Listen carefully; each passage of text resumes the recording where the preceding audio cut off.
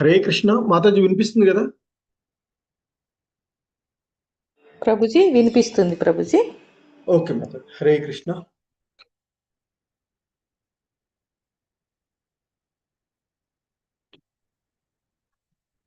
ఈ మౌస్ తీసి బ్యాగ్ లో పెట్టినట్టు పెట్టలేదు ఆమె దాంట్లో.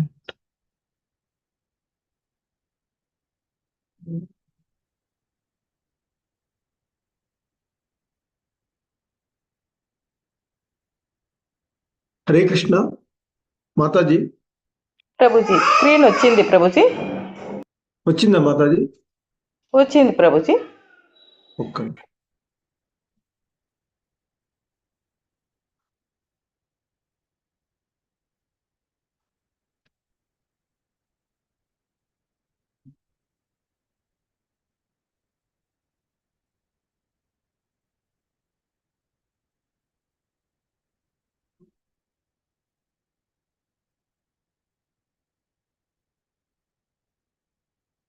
హరే కృష్ణ, హరే కృష్ణ అందరికి. సో ఈరోజు లెవెల్ 2 శ్రీ భగవద్గీత యథాతథము అవగాహన క్లాస్ కి మీ అందరికీ కూడా ఇస్కాన్ శ్రీ శ్రీ రాధా గోవింద ఆలయం తరపున స్వాగతం, సుస్వాగతం. సో నిన్నటి అధ్యాయమైనటువంటి పురుషోత్తమ యోగము అనేటువంటి ఆ అధ్యాయంలో వేదాల యొక్క సారము, ఆ భగవంతుణ్ణి అవగాహనం చేసుకోవడము అనేటువంటి అంశాలను ఆ అధ్యాయంలో మనము చూసినటువంటిది. అంటే ముఖ్యంగా సమస్త శాస్త్రాల యొక్క సారాంశము ఆ శ్రీకృష్ణ భగవానుడు అనేటువంటిది. సో ఆయనను తెలుసుకోవడమే వేద జ్ఞానము అనేటువంటి అంశాన్ని మనము నిన్నటి అధ్యాయంలో చూసినటువంటిది. సో అది కూడా కృష్ణ భక్తి భావనలో ఉన్నటువంటి విశుద్ధ భక్తుల యొక్క సాహచర్యంలో భక్తి సేవ చేయడం ద్వారా మనిషి మరి ఈ బంధనాలన్నింటినీ కూడా తొలగించుకొని ఆ భగవంతుని అంటే ఈ హృదయ దౌర్బల్యాన్ని అంతా కూడా తొలగించుకొని ఆ భగవంతుని యొక్క భక్తియుత సేవలో నిమగ్నమైనప్పుడు మరి అతడు ఆ భగవతత్వాన్ని తెలుసుకొని ఉంటాడు అనేటువంటి విషయాలు చెప్తూ ఉన్నటువంటిది. సో ఇక ఈరోజు మనము చూసేటువంటి 16వ అధ్యాయమైనటువంటి ఈ దైవ అసుర స్వభావములు అనేటువంటి ఈ అధ్యాయాన్ని ఈరోజు మనము చూడబోతూ ఉన్నటువంటిది. సో ఈ దైవాసుర సంపద్ విభాగ యోగము అనేటువంటి అధ్యాయంలో ఆ భగవానుల వారు దైవీ లక్షణాలను గురించి అలాగే అసుర స్వభావాలను గురించి తెలియచేసేటువంటి అంశాలను మనము ఇక్కడ చూడవచ్చు. హరే కృష్ణ. ఓం అజ్ఞానతిమిరాంధస్య జ్ఞానాంజనశలాకయా చక్షుర్మిలితం యేన తస్మై శ్రీ గురవే నమః. శ్రీ చైతన్య మనోభీష్టం స్థాపితం యేన భూతలే స్వయం రూపః కదా మహ్యం దదాతి స్వపదాంతికం. వందేహం శ్రీగురు శ్రీయుతపదకమలం శ్రీగురూన్ వైష్ణవాంశ. శ్రీరూపం సాగ్రజాతం సహగణ రఘునాథాన్వితం తం సజీవం సాద్వైతం సావధూతం పరిజన సహితం కృష్ణ చైతన్య దేవం శ్రీ రాధా కృష్ణ పాదాన్ సహగణ లలితా శ్రీ విశాఖాన్వితాంశ. నమా ఓం విష్ణుపాదాయ కృష్ణ ప్రేష్టాయ భూతలే శ్రీమతే భక్తి వేదాంత స్వామినితి నామినే. నమస్తే సారస్వతే దేవే గౌరవాణి ప్రచారిణే నిర్విశేష శూన్యవాది పాశ్చాత్యదేశతారిణి. జయ శ్రీ కృష్ణ చైతన్య ప్రభు నిత్యానంద శ్రీ అద్వైత గదాధర శ్రీవాసాది గౌర భక్త వృంద. హరే కృష్ణ కృష్ణ కృష్ణ హరే హరే హరే రామ రామ రామ హరే హరే. సో ఈ అధ్యాయంలో దైవీ మరియు ఆసురీ గుణాలను గురించినటువంటి అంశాలు. అయితే మొదట్లో ఆ భగవంతుడు ఈ దైవీ గుణాలను గురించి తెలియచేస్తూ ఉన్నటువంటి అంశాలను మనము ఇక్కడ చూడవచ్చు. హరే కృష్ణ. సో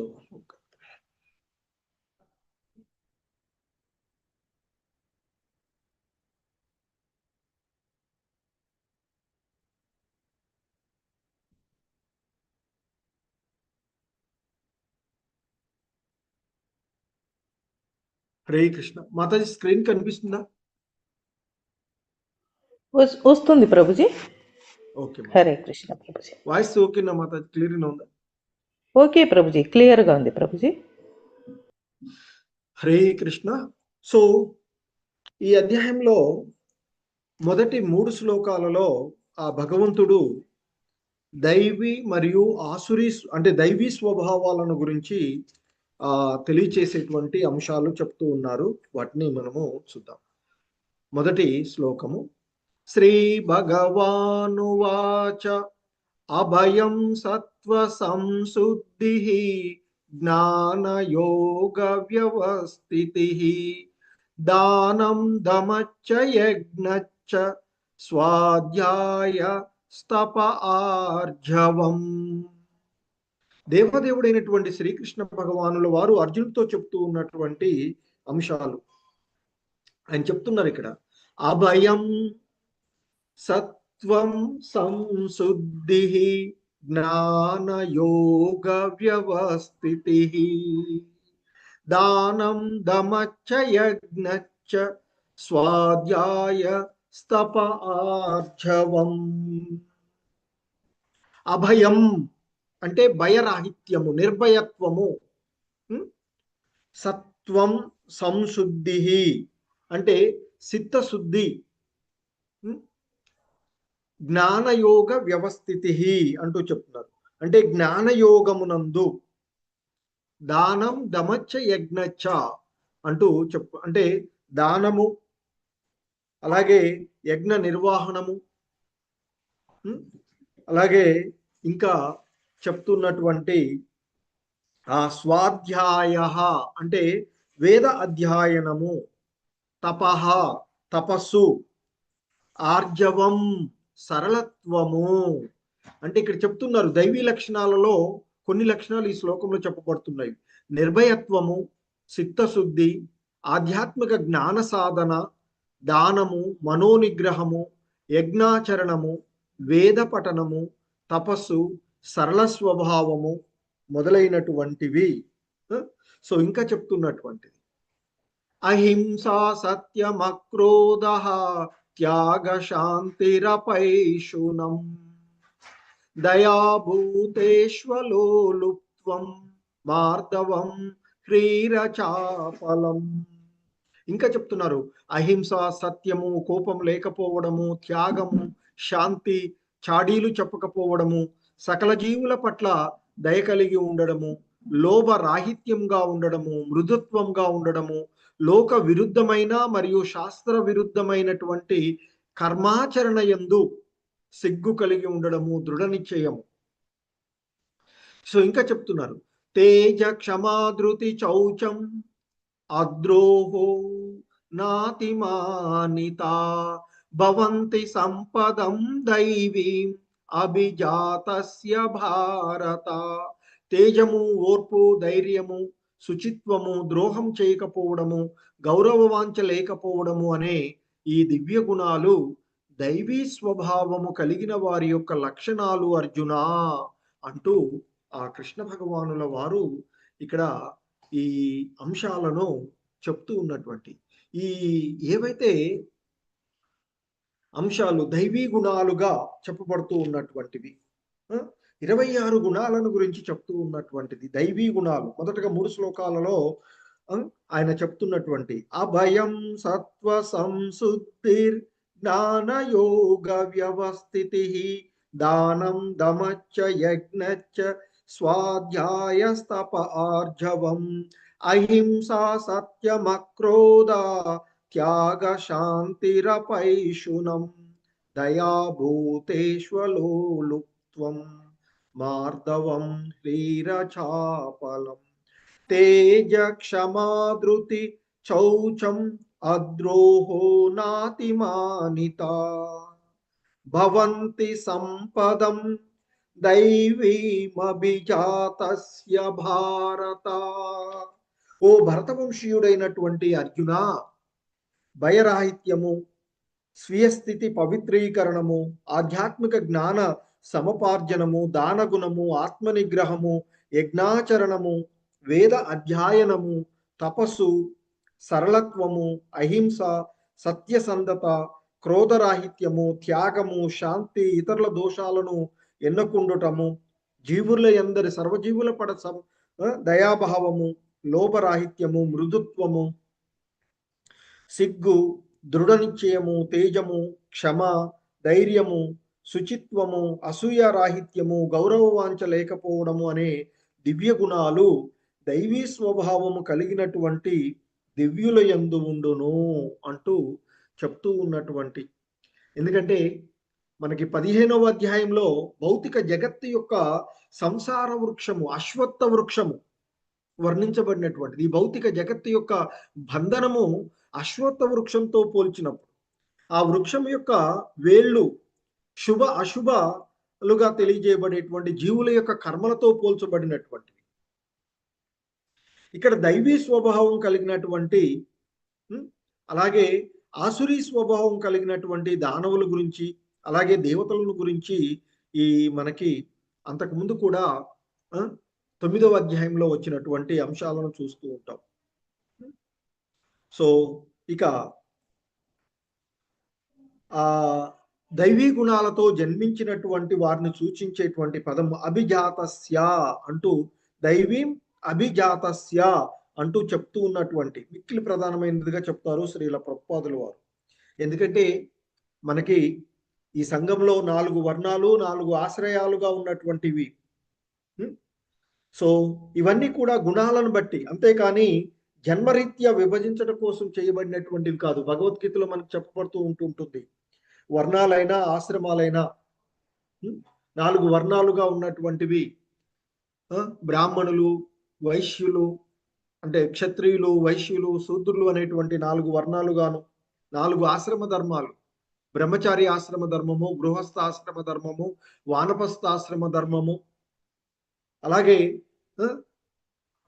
సన్యాస ఆశ్రమ ధర్మము అంటూ 4 ఆశ్రమ ధర్మాలు మనకున్నటువంటి ఈ వర్ణాశ్రమ వ్యవస్థ అన్నీ కూడా మనకి మరి ఈ మానవుల యొక్క మనకి పురోభివృద్ధి కోసం వివిధ రకాలుగా ఉన్నటువంటివి. ఇవన్నీ కూడా ఆధ్యాత్మిక అవగాహనను వృద్ధి చేసుకోవడానికి ఉన్నటువంటివి. వారి వారి యొక్క లక్షణాలను అనుసరించి, వారి వారి యొక్క గుణాలను అనుసరించి కొన్ని రకాలైనటువంటి ధర్మాలను, అంటే ఈ స్వభావాలను, గుణాలను వారు కలిగి ఉండవలసినటువంటిది. అలాగే ఈ వర్ణాశ్రమ వ్యవస్థ యందు ఉన్నటువంటి, అందులో మనకి వర్ణాశ్రమ వ్యవస్థ, ఆశ్రమ వ్యవస్థలో ముఖ్యంగా బ్రహ్మచారి, గృహస్థ, వానప్రస్థ, సన్యాస, ఈ సన్యాస ఆశ్రమాల్లో ఉన్నటువంటి వ్యక్తి అన్ని వర్ణాలకు, ఆశ్రమాలకు అధిపతిగా ఉన్నటువంటి వాడుగా చెప్తారు, లేదా ఆధ్యాత్మిక గురువుగా పరిగణించబడేటువంటిది. అలాగే మనకి వర్ణాశ్రమ వ్యవస్థ యందు 4 వర్ణాలుగా ఉన్నటువంటి వాళ్ళలో బ్రాహ్మణులు మిగిలినటువంటి క్షత్రియులకు, వైశ్యులకు, శూద్రులకు గురువుగా పరిగణించబడేటువంటి వాడు. అలాగే సన్యాసి అనేటువంటి వాడు బ్రాహ్మణుడు కూడా గురువుగా చెప్పబడేటువంటిది.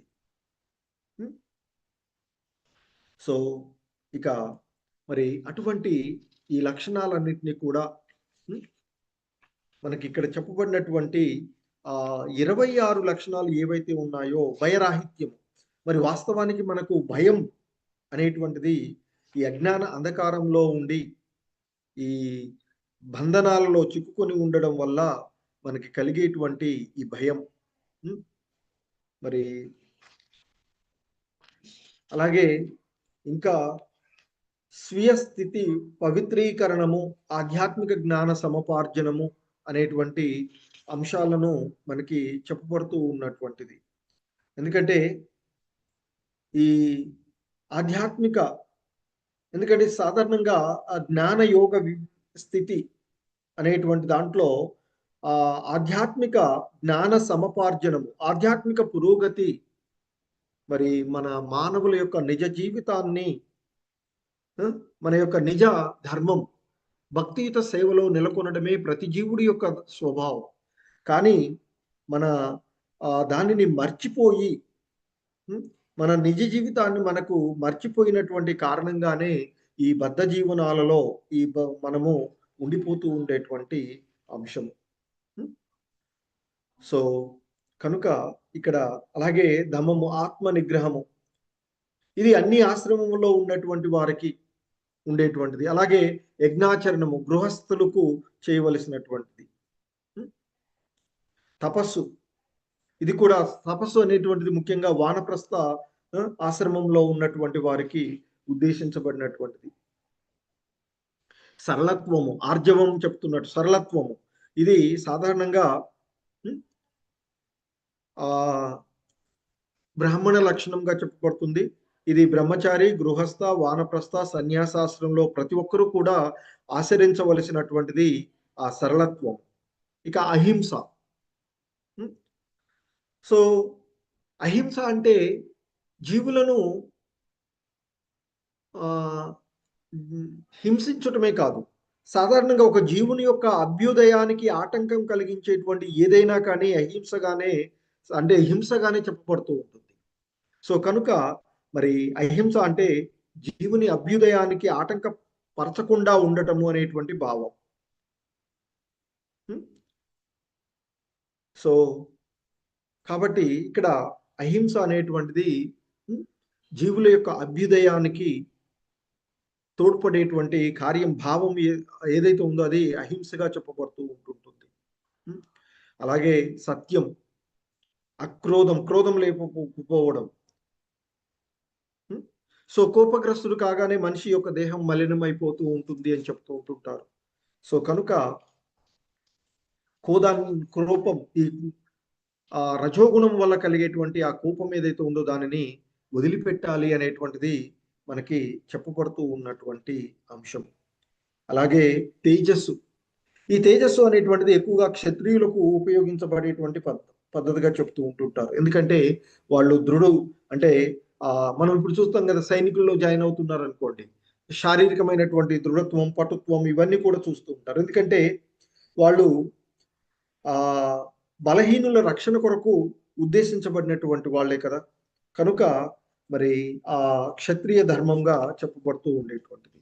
అలాగే శౌచము, శుభ్రత్వం, శుచిత్వము అనేటువంటిది ప్రతి జీవుడికి కూడా అది మానసికంగానైనా దేహపరమైనటువంటి మరి శుభ్రత్వము ఉండాలి అని చెప్పబడుతూ ఉన్నటువంటిది. సో మానసికమైనటువంటి శుభ్రత్వం, క్లీన్లీనెస్ మనము ఈ కలియుగంలో మనకున్నటువంటి అవకాశము ఆ భగవన్నామ స్మరణ ద్వారా మనము పొందగలిగేటువంటిది. సో ఈ విధంగా మనకి ఆ భగవంతుడు దైవీ లక్షణాలను గురించి మీరు శ్రీల ప్రభుపాదుల వారి మనకి ఇస్కాన్ భగవద్గీత యథాతథం బుక్లో భాష్యము నెమ్మదిగా ప్రతి దానికి కూడా వివరణము ఇవ్వబడినటువంటి ఉన్నవి. జాగ్రత్తగా ఒకసారి చదవండి. హరే కృష్ణ. సో ఈ విధంగా 26 లక్షణాలు, దైవీ గుణాలను వివరించిన తదుపరి, ఎందుకంటే వీటిని ఆ వర్ణాశ్రమమును అనుసరించి మనిషి అభ్యసించాలి అని చెప్తూ ఉంటుంటారు. సో అలా వారి గుణాలను పెంపొందించుకున్నట్లయితే అత్యున్నతమైనటువంటి ఆ దివ్య అనుభూతి స్థానానికి క్రమంగా చేరుకోవడము సాధ్యమవుతూ ఉంటుంది అని చెప్తున్నారు. ఆ విధంగా దైవీ లక్షణాలను గురించి చెప్పిన తదుపరి ఇక ఆసురీ భావాలను గురించి చెప్తూ ఉన్నారు. ఈ శ్లోకంలో 4వ శ్లోకంలో మనకి దంభో దర్భోభిమానచ్చ క్రోధ పారుష్యమేవ చ అజ్ఞానం చాభిజాతస్య పార్థ సంపదమాసురీ. సో ఇంకా చెప్తున్నారు, ఓ పార్థ, ఓ అర్జున, గర్వము, పొగరు, దురహంకారము, క్రోధము, మొరటుతనము మరియు అజ్ఞానము అనేవి ఆసురీ స్వభావము కలవారి యొక్క లక్షణాలు అంటూ చెప్తున్నారు. సో 26 దైవీ లక్షణాలను చెప్పిన తదుపరి ఇక ఈ రాక్షస భావాలు కలిగినటువంటి వారి యొక్క లక్షణాలను గురించి చెప్తూ ఉన్నారు. ఇక్కడ అసుర స్వభావాలు కలిగిన వారి యొక్క లక్షణాలను గురించి చెప్తున్నారు. ఏంటి? దంభో దర్పోభిమానచ్చ. దంభం అంటే గర్వము, దర్పం అంటే పొగరు,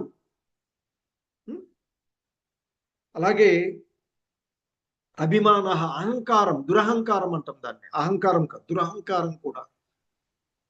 అలాగే క్రోధ, క్రోధము,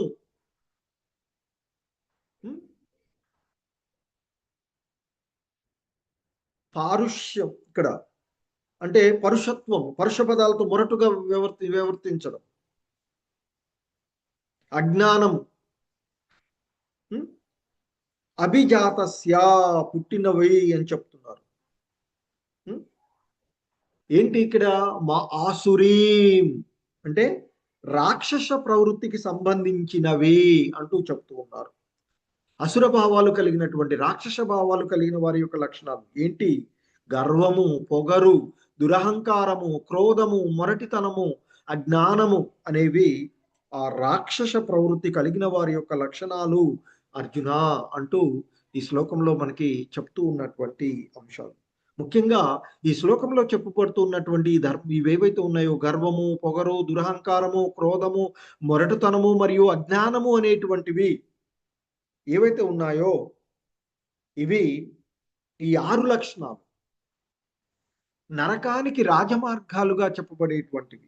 అంటే మనిషిని పతనం చెందించేటువంటి లక్షణాలుగా చెప్తూ ఉంటుంటారు. దానవ ప్రవృత్తి కలిగినటువంటి వారి ఈ లక్షణాలు అని చెప్తూ ఉన్నటువంటిది ఇక్కడ.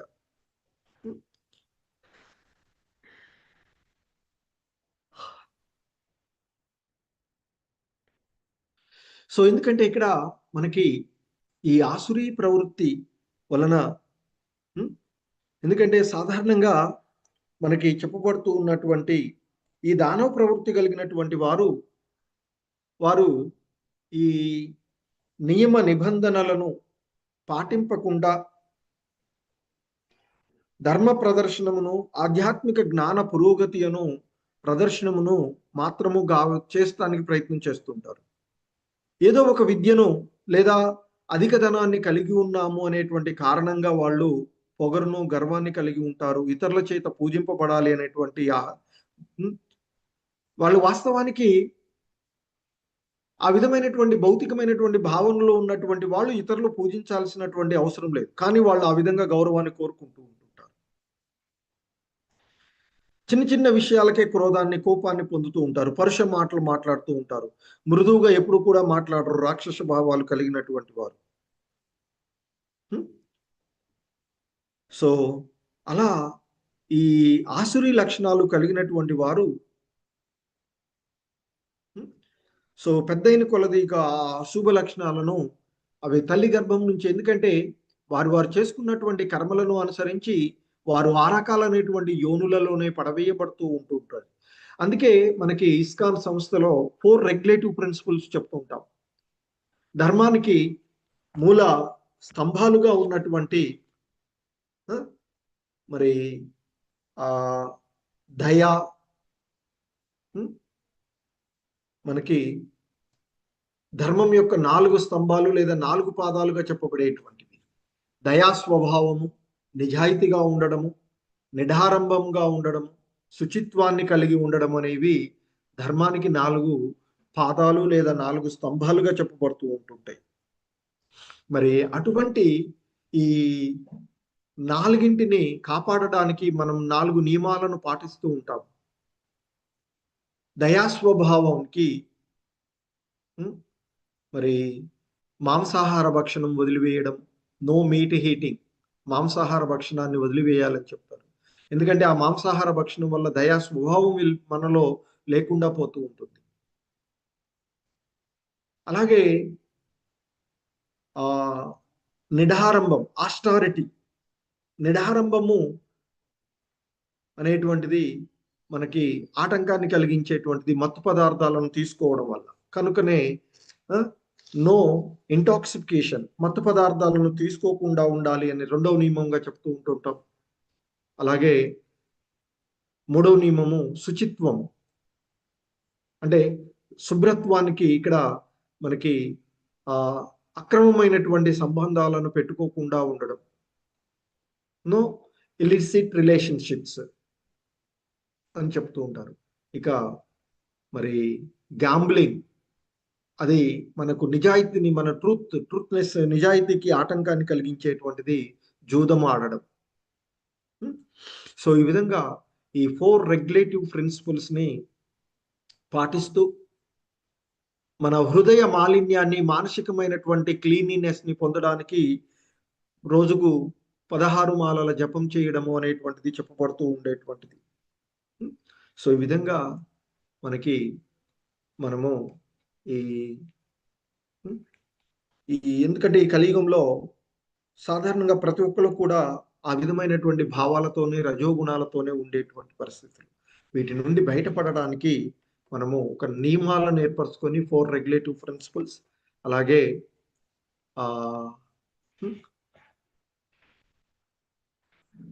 భగవన్ నామ స్మరణ చేస్తూ ఉండడం వల్ల వీటి నుండి బయటపడవచ్చు అని చెప్తూ ఉంటుంటారు.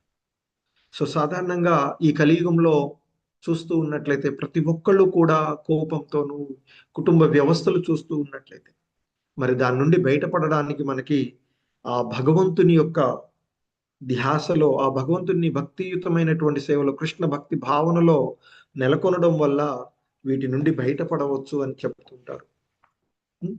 సో కాబట్టి ఆధ్యాత్మికమైనటువంటి విషయాలను మనము చేసుకోవాలి.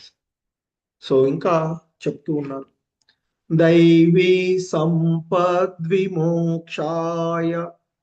నిబంధాయ సురీమతా మాసు చ సంపదం దైవీం అభిజాతోసి పాండవ.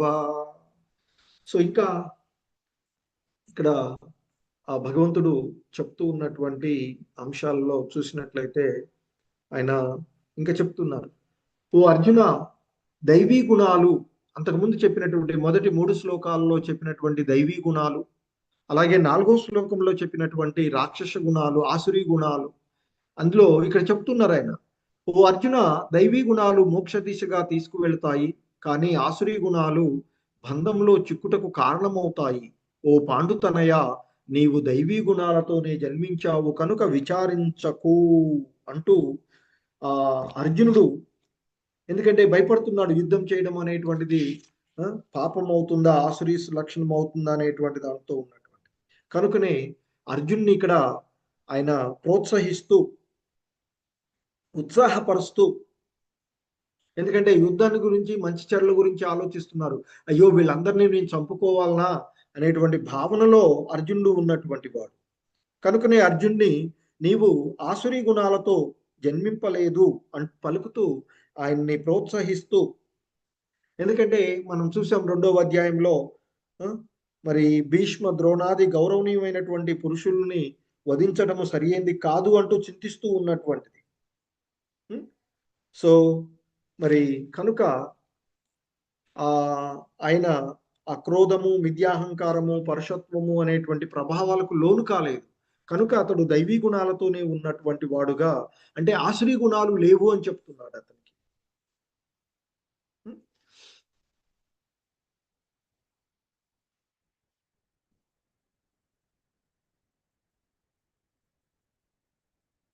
సో ఇంకా చెప్తున్నారు, ద్వౌ భూత సర్గౌ లోకేస్మిన్ దైవ ఆసుర ఏవ చ దైవో విస్తరశ ప్రోక్తః ఆసురం పార్థ మే శృణు. ఓ పృతకుమారా, ఈ లోకమునందు దైవాసురులు అనేటి 2 రకాలు. ఈ లోకంలో రెండు రకాలైనటువంటి జీవులు ఉన్నారు, ప్రాణులు ఉన్నారు. ఒకరు దైవీ గుణాలు కలవారు కాగా మరొకరు ఆసురీ గుణాలు కలిగినటువంటి వారు. దైవీ స్వభావాన్ని గురించి వివరంగా ఇదివరకే చెప్పాను.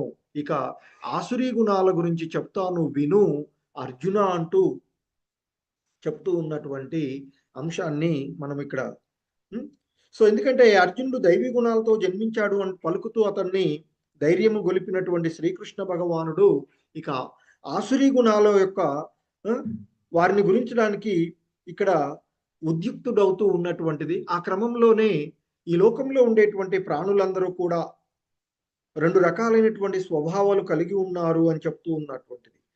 సో అందులో దైవీ గుణాలతో జన్మించిన వారు నియమబద్ధమైనటువంటి జీవితాలను గడుపుతూ ఉండేటువంటిది. సో అంతకుముందు అధ్యాయాలలో మనకి ఆ దైవీ లక్షణాలను, విశుద్ధ భక్తుల యొక్క లక్షణాలను గురించి ఆ భగవంతుడు వివరించినటువంటి అంశాలను మనము చూసినాము కదా. సో ఇక మరి ఎందుకంటే ఆ దైవీ లక్షణాలతో ఉన్నటువంటి వారు శాస్త్ర విధులకు మరియు ప్రామాణికులైనటువంటి వారి యొక్క ఉపదేశాలకు కట్టుబడి ఉండేటువంటి వారు, గురువు ఆదేశాలను అనుసరించి ప్రామాణికమైనటువంటి గ్రంథాలలో చెప్పినటువంటి విషయాలను అనుసరిస్తూ మరి కట్టుబడి ప్రతి ఒక్కరు కూడా ఆ ప్రామాణికమైనటువంటి శాస్త్ర ఆధాలుగా తమ ధర్మమును నిర్వర్తిస్తూ ఉండేటువంటి వారు. అటువంటి వారే దైవీ స్వభావంలో ఉన్నటువంటి వాళ్ళుగా చెప్పబడుతుంది. అలా కాకుండా శాస్త్ర నియమములను పాటింపకుండా కేవలము తమకు తోచిన రీతిగా ప్రవర్తిస్తూ ఉండేటువంటి వాడు దానవ ప్రవృత్తి కలిగిన వాడు, ఆసురీ ప్రవృత్తి కలిగిన వాడుగా పిలువబడుతుంది. ఎందుకంటే వాడు ఈ శాస్త్రమునందు తెలియచేయబడినటువంటి విధి విధానాలను పాటించడు.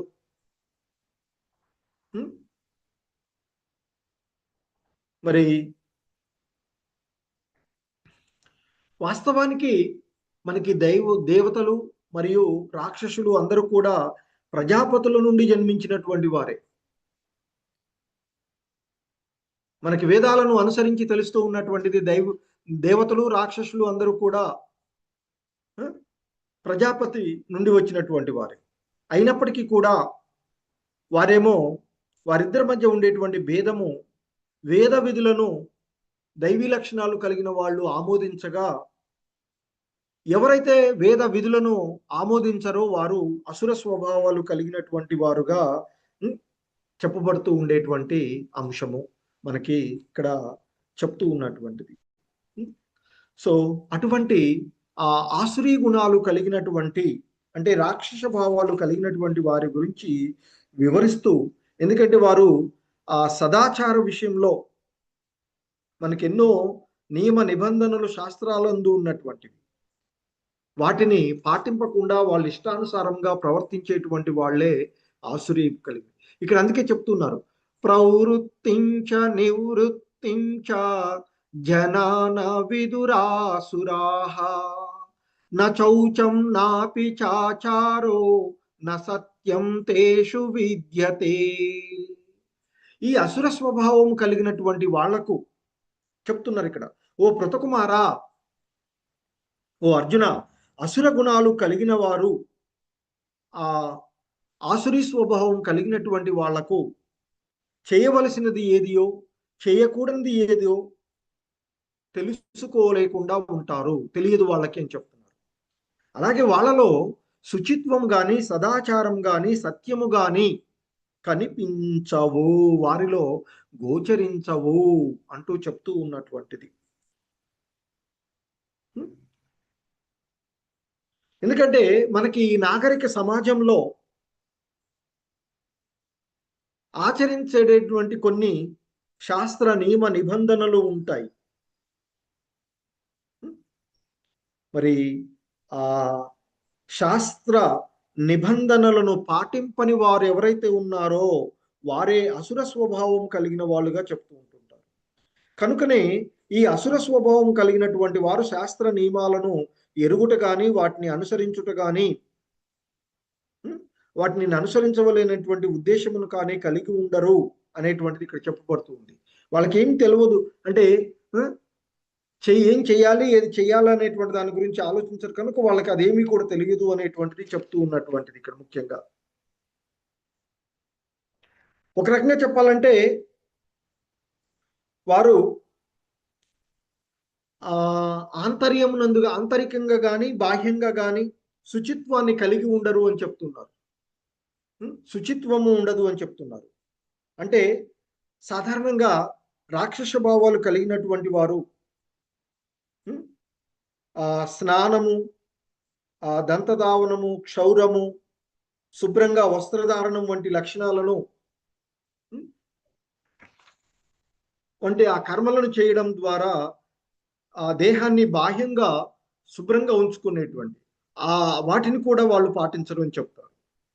అలాగే మానసికంగా మనం ఆంతరికంగా శుభ్రపడడానికి ఏం చేస్తాం? ఈ కలియుగంలో మనకి ఉన్నటువంటి ఏకైక మార్గము హరే కృష్ణ కృష్ణ కృష్ణ హరే హరే, హరే రామ రామ రామ హరే హరే అంటూ ఆ శ్రీకృష్ణ నామ సంకీర్తనం చేయడం వల్ల మనసును సదా శుచిగా ఉంచుకోవచ్చు అని చెప్తుంటారు. సో ఈ ఆసురీ స్వభావాలు కలిగినటువంటి వారు అంతర్బాహ్య శుచిత్వ కర్మలను అంగీకరించరు, అనుసరించడం కానీ చెయ్యరు అని చెప్తున్నారు. అలాగే వాళ్ళు ఒక సదాచారం, మంచి ఆచారాన్ని కూడా కలిగి ఉండరు అని చెప్తుంటుంటారు. మనకి ఎన్నో ఆచారాలు ఉండేటువంటివి. అలాగే సో ఇక సత్యం అంటే వాస్తవాన్ని మాట్లాడకుండా ఉండడం. సో ఈ విధంగా వాళ్ళు ఆసురీ భావాలు కలిగినటువంటి వాళ్ళని గురించి చెప్పబడుతూ ఉన్నటువంటి అంశాలు. సో ఇంకా ఈ ఆసురీ స్వభావాలు కలిగినటువంటి వాళ్ళు ఏ విధంగా భావిస్తూ ఉంటారో, ఎలాంటి లక్షణాలను కలిగి ఉంటారో మరికొన్ని శ్లోకాలను రేపటి క్లాసులో చూద్దాము. హరే కృష్ణ.